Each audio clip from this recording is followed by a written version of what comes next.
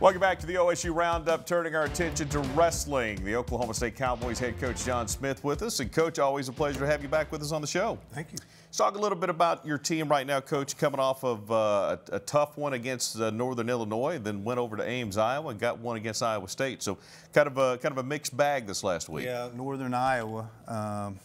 We just didn't wrestle well. I mean, they're a good team. It's a proud program. And I think maybe just some of my young guys didn't really perform well. We needed some of our young guys to pick up some major decisions. Didn't happen. We had some critical matches at 41 and 57. We lost them both. We were in on the legs late in the period multiple times. Didn't finish takedowns. It wasn't that we wrestled bad. We just didn't execute to win the matches. You know, we fell behind in a couple of key matches. Came charging back. Our conditioning level looked good, but just not scoring points early enough, and that was the difference in the match. And then, of course, after a disappointing loss, though, you head on over to Ames, Iowa, and picked up a win there, and always good to get one against Iowa State. You know, isn't it amazing in sport that, you know, the next day you show up and you just put a whipping to a better team, literally a better team.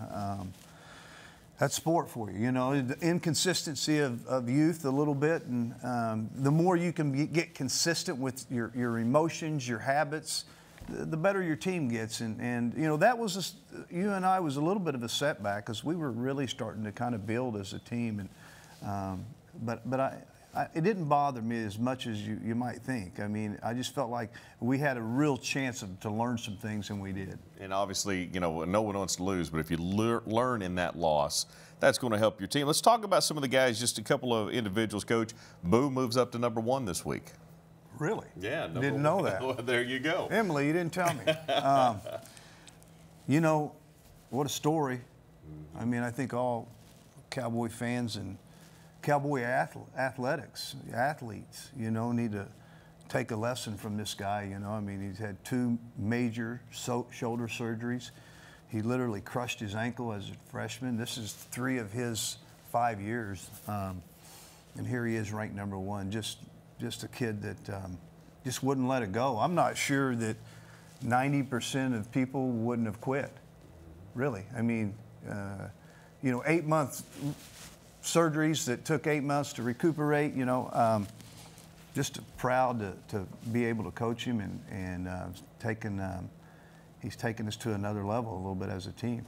Nick, #4 coach, but he picked up his 100th win a couple of matches ago, and he's the 44th Cowboy to ever do that, and that's rarefied air. Yeah, 100 wins is it's big. You know, most of our 100-win guys are 3- and 4-time All-Americans. So you hit that number, remember you're going to be a 3- or 4-time All-American, possibly even a national champion.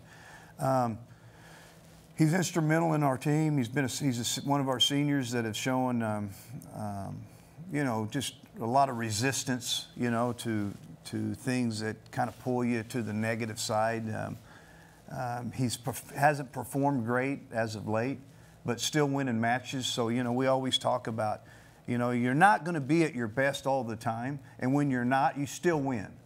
You don't get beat, you win. You know, and that's what he's done right now, and he hasn't wrestled great. I'm looking for that as we go through the month of February. And one of your youngsters, Travis Whitlake, the freshman, he's obviously been wrestling well, and he moves up to #8. Yeah, #8, true freshman from the state of Oregon.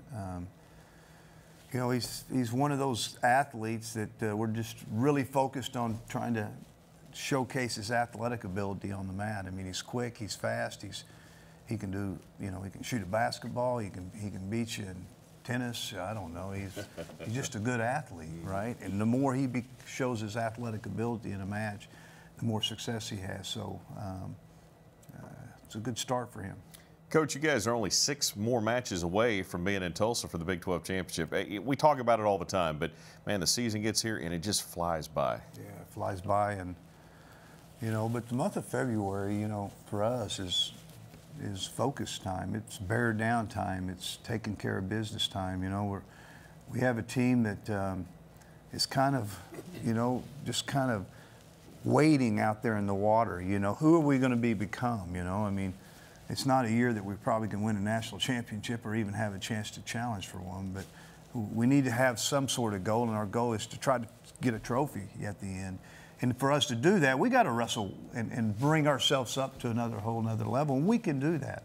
And so that's the month of February. So I'm not in a big hurry to get to the Big 12 because these 6 matches are going to help us develop maybe the things that we need to maybe accomplish our goal. And for you guys and fans wanting to catch you guys got South Dakota State Friday night, 7 o'clock.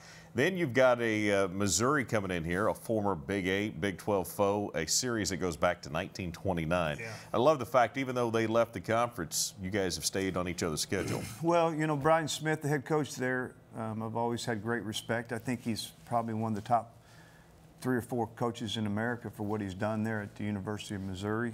They're good. They've beaten us a couple times in the last 10 years.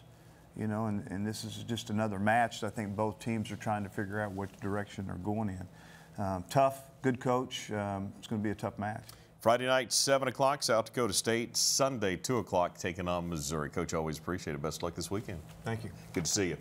Good to see you guys as well. Appreciate you guys joining us. And we will see you next time right here on the OSU Roundup.